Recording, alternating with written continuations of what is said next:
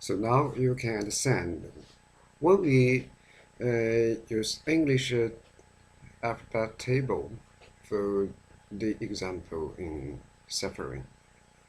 We just use a mathematical array 0 to 25. And when we do addition operation, we use the addition modulo 26. So you must remind yourself of some mathematical basis in the congruence.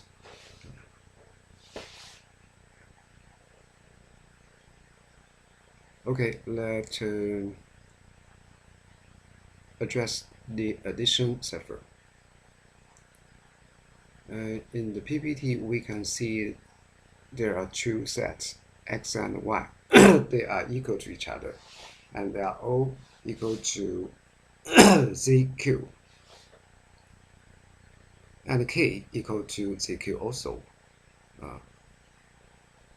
In English English alphabet table example, zq is z26. We just tell you the set. In this example, when we want to encrypt a message M, we add another number that we have chosen as a key, K. And when we add M and K, we get a result. Maybe the result is greater than 25, and then we must reduce the result to modulo K to the remainder, and then we get the real result C, the cipher.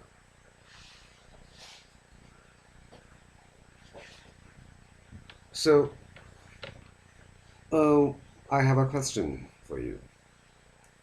What's the number of the space of key?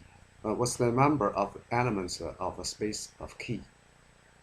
Another word, what's the number of the total key? Somebody answer me? Yes, there are totally 26 possible keys. 0, 1, 2, 3, till 25. So totally 26 possible keys. Maybe somebody will answer me, why not 26? Yes.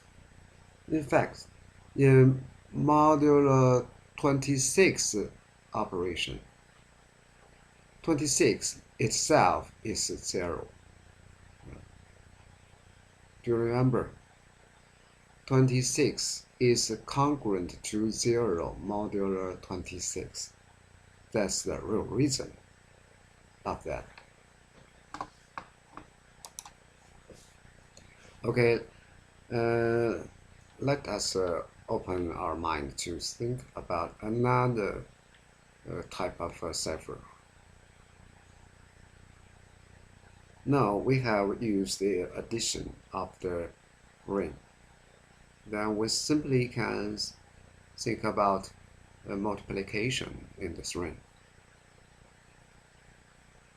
When we want to encrypt a message M, then we can multiply M by another K, which is chosen as the key, and we get the C. Of course, when we multiply two numbers, maybe the result is greater than 25. Now we must reduce the results modulo 26 to get the real result. For example, when we multiply 1 and 3, of course we get the result 6. 2 and 3, we get 6. But when we multiply 2 and 15, what's the result? Anyone?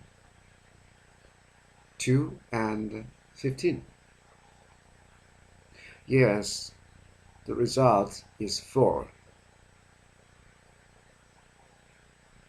When we multiply 2 and 15, firstly, we get the result 30.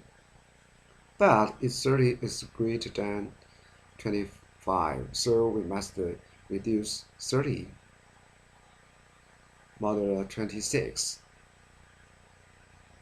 i.e. we divide 30 by 26, we get the remainder 4.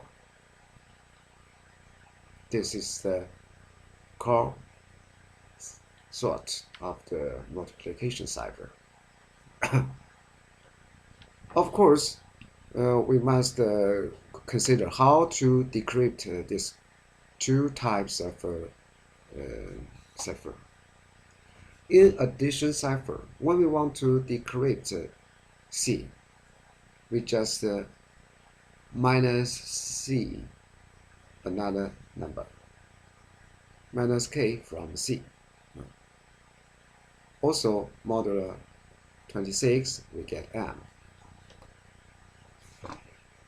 In multiplication cipher, when we decrypt C, we must, in some sense, divide C by K, then we get the result. Divide C by K is dividing C by K is equivalent to multiplying C by inverse of K. But the inverse of K is not simply as the normal inverse of K.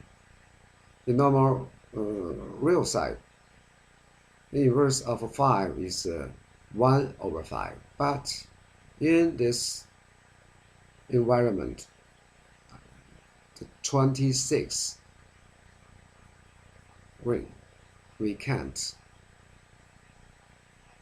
have 1 over 5 as an element.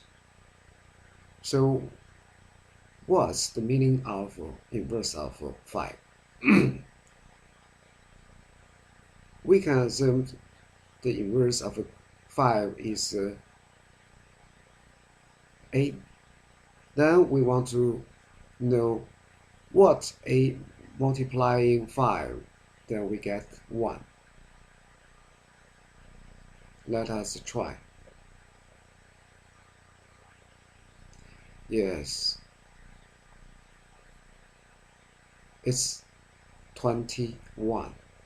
Because when we multiply 21 and 5, we get 105.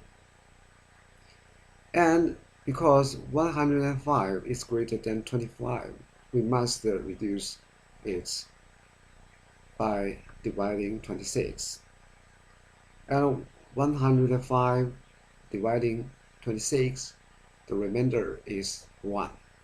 So 5 and 21 are inverse to each other in this finite ring. So you get the meaning of multiplication in this environment. So if we when we encrypt M as 5M, and then we get C, then we decrypt C with 21 multiplying C, we get M. So there is a related problem. How many possible keys in this situation? Can anybody answer me?